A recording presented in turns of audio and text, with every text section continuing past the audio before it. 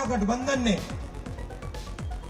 महाराष्ट्र की जनता को 5 गारंटी की।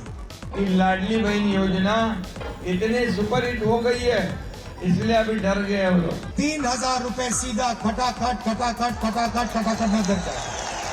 खटखटाखट तो दिया नहीं, लेकिन हम लोगों ने पट पटापट दिए हमारी लाडली बहनों के खाते में।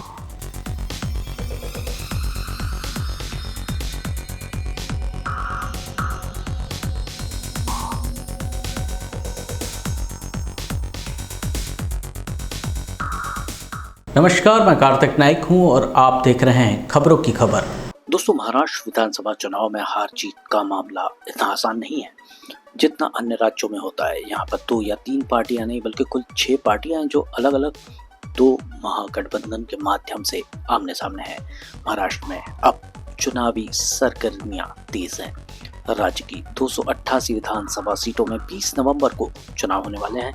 बीजेपी, शिवसेना, शिंदे गुट और अजीत पवार की एनसीपी वाला महायुति महागठबंधन सत्ता में वापसी के लगातार दावे कर रहे हैं।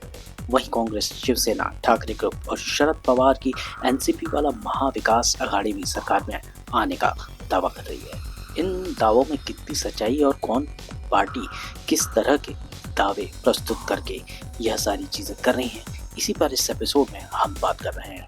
दोस्तों, महाराष्ट्र में बहन योजना महायुति सरकार के लिए एक गेम चेंजर भी साबित हो सकती है। मध्य प्रदेश में महिलाओं को आर्थिक सहायता करने वाली इसी तरह की योजना चली थी, जिसने महिलाओं के खाते में हर महीने में 1200 रुपए पहुंच रहे थे और बीजेपी ने वहां एक नया रिकॉर्ड बना दिया था।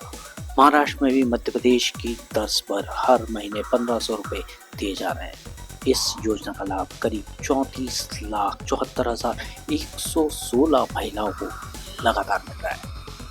वहीं महाराष्ट्र में हिंदुत्व के नाम पर शिवसेना और बीजेपी दोनों ही राजनीति करती है। अब शिवसेना बढ़ चुकी है।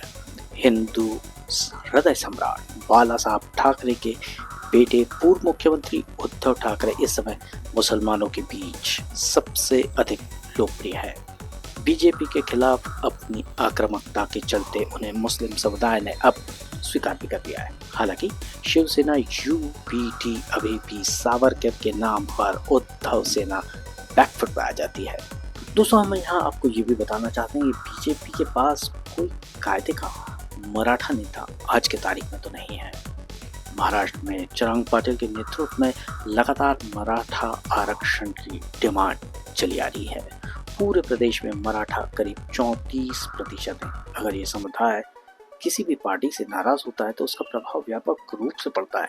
इस लिहाज से देखा जाए तो महाविकास अघाड़ी अपने प्रतिद्वंदी महायुति के सामने बहुत ही मजबूत दिखाई दे रही है। ऐसे तो मराठों का वोट हरियाणा और राजस्थान के जाटों की तरह कांग्रेस को जाता रहा है।